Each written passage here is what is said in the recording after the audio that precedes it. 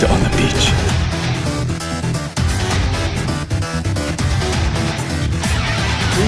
The vengeful spirit, back from the grave to slaughter the Mongols.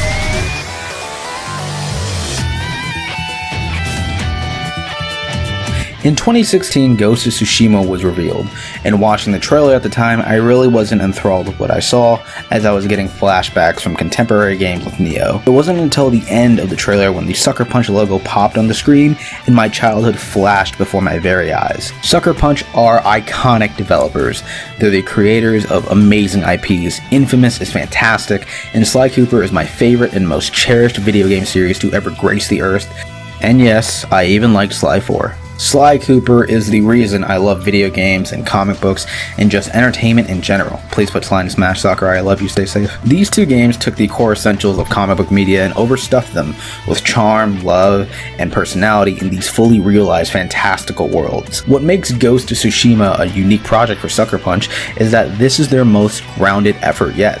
From what I have seen, it's deeply embedded in historical accurate feudal Japan, as well as being a love letter to classic samurai movies. There is no sense of mysticism, or fantastical elements, or superhumans, or anthropomorphic animals. The game's setting is amidst the first Mongol invasion, and sets the scene for a gritty, bloody narrative. Jin is the protagonist who seems torn between honor as a samurai and winning by any means as the ghost. I am very interested in the story because Sucker Punch has made numerous amounts of great characters with their own stories and traits to make them unique and loved. Sly 3 and Infamous 2 are perfect examples of Sucker Punch's craft when it comes to their characters and stories. But paired with this gritty, bloody narrative, there's also this absolutely beautiful visual style and presentation. Graphically, it does have a hyper-realistic art style similar to Sony's other main event games like God of War, Last of Us, Uncharted, Spider-Man, Days Gone, Horizon Zero Dawn, so it may immediately not catch your eye as anything special in the regard that it is very ubiquitous to have this kind of visual presentation in these hyper-realistic single-player games,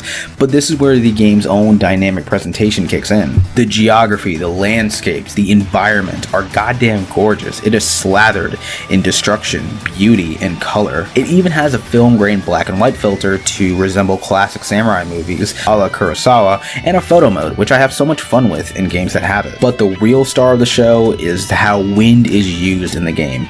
Not only is it a navigator, but watching how it grazes and bristles throughout the environment is so euphoric to lay your eyes on. It is pure eye candy. I don't have a review copy, and though I am so jealous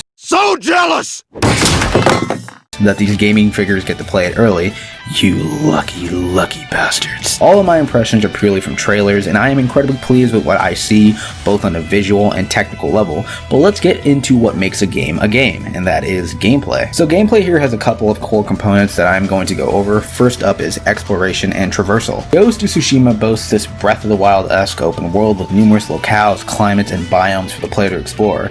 In terms of traversing this world, like most games in a historical setting, your main way of getting around is going to be riding your horse. I know Jin can scale environments similar to Cole, but I'm not sure to what extent. Will it be similar to Breath of the Wild in terms of scaling whatever you want whenever you want with complete freedom, or more like Assassin's Creed with laid out path traversal? I assume it leans to the latter, but we shall see. Next up is the armor system, which has some incredible looking designs that serve both as a cosmetic and a functional entity. Sucker Punch claims that each piece of armor grants Jin advantages and disadvantages based on what he is wearing. If it's similar to God of War's armor system where you can craft and equip armor as well as equip runes for special passive traits and abilities, it will make choosing armor more meaningful to cater to your playstyle, as they state in the video. I think the system, from what I have seen, will have a lot of value in both choosing what armor to wear for certain scenarios and just looking fresh as fuck, man. And finally, there is combat, which I have an incredible amount to say about. Ghost of Tsushima features two distinct playstyles. The first is Jin the Samurai. The Samurai is more heavy-footed, slow, methodical, armored fighter that has multiple stances, similar to Neo. Jin is less mobile as a samurai, so he's more of a confrontational force. Each stance, I assume, will have different benefits of speed, power, and defense.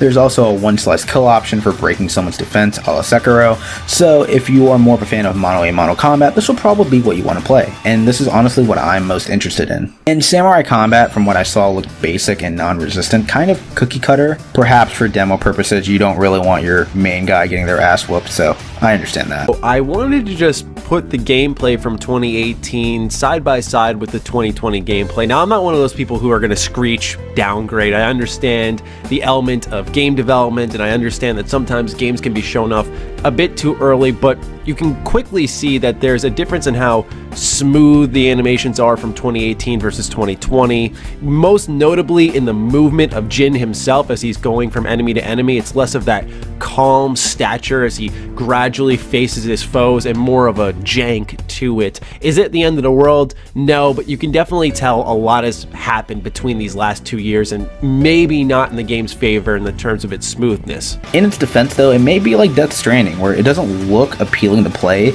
but once you get the controller in your hand, you feel every bit of minutia that goes towards the weight and dexterity of moving, positioning, and attacking, so I'm excited to see how that plays out. And then you have Jin the Ghost, who is a dirty, stealthy fighter who also follows the Prime blueprint for integrated stealth set pieces like Spider-Man and Batman, so in comparison this kind of looks generic, not to mention pretty easy given the AI isn't great at identifying their priorities. I too look at a ladder when there are alarms going off and people screaming, but perhaps more abilities and pathways and verticality can flesh out this playstyle. I don't know about you, but for me personally, I'm in love with combat heavy games that make you work for your enjoyment or just give you all the tools to be as creative as possible. And though Ghost of Tsushima doesn't seem to have that level of a creative outlet in combat, I have great confidence that there will be some fantastic set pieces to marvel at and enjoy. Overall, gameplay looks really fun, but I wanted to air out a couple of concerns I have when it comes to other aspects of how this gameplay is going to be integrated, which is enemy variety and some Ubisoft-isms. I stated earlier that Ghost of Tsushima is rooted in historical accuracy, and this is going to be reflected in every aspect of the game design, including who you're fighting against being the Mongols. The closest comparison I have to this is Sekiro, where the core gameplay is pretty straightforward, parry and kill. But what gives Sekiro its legs are its amazing level design and insane variety of enemies, ranging from killer dwarves, to knights, to ogres, to corrupted monks, to a giant undead monkey that runs at you with his head cut off, to 2 giant undead monkeys with their head cut off, to a goddamn demon. Ghost obviously will not boast such a large roster of opponents, and this could be a crutch to the game's longevity in terms of combat. I hope this is supplemented by having dynamic enemy types that don't all fight the exact same. It's kind of the issue I ran into with Spider-Man regarding combat as well. Hopefully enemies and bosses are fun to fight and brutally unforgiving. Last, we have Ubisoft-isms. I have to give a couple of shoutouts to Mr. Matty Plays and Sophia Norwitz on Twitter for their takes on Ghost of Tsushima gameplay-wise. Quite frankly, this game reminded me of exactly what I envisioned in my head when we begged Ubisoft for years and years and years to make a Japanese-themed Assassin's Creed game. That's pretty much what Ghost of Tsushima is. There is that familiarity. Ubisoft is known to have a template, and they kind of copy and paste all those elements into the next game in the series, for example. So what you see in Far Cry 5 may end up in some way, shape, or form, structure-wise, in the next Assassin's Creed game. There's a ton of overlap. What I mean by this is, let's take for example when Jin is clearing out this ship and he's destroying materials on said ship. When he does that, the whole camera zooms out, it shows the entire location that you cleared out, it says that you've cleared it, kind of just like in Far Cry when you clear out one of the bases in the game, like identical. Heck, even when you're running around the open world and there are materials that you can loot, they have that faint shine to them to let you know that they are available for your character to pick up, and these materials will be used for crafting with the charm system. The kind of checklist formula for an open world title has me a bit worried because I don't want the game to become monotonous to play later on. But if the combat loop is fun and the locations you have to clear out are varied and memorable, then I won't have an issue going place to place to clear out enemies for loot or weapons, or for even just completionist's sake. Overall, I am very excited for Ghost of Tsushima. Sucker Punch has never failed me and has a damn near flawless track record with their games, and I expect no different for the final mainline exclusive to cap off an absolutely incredible console generation.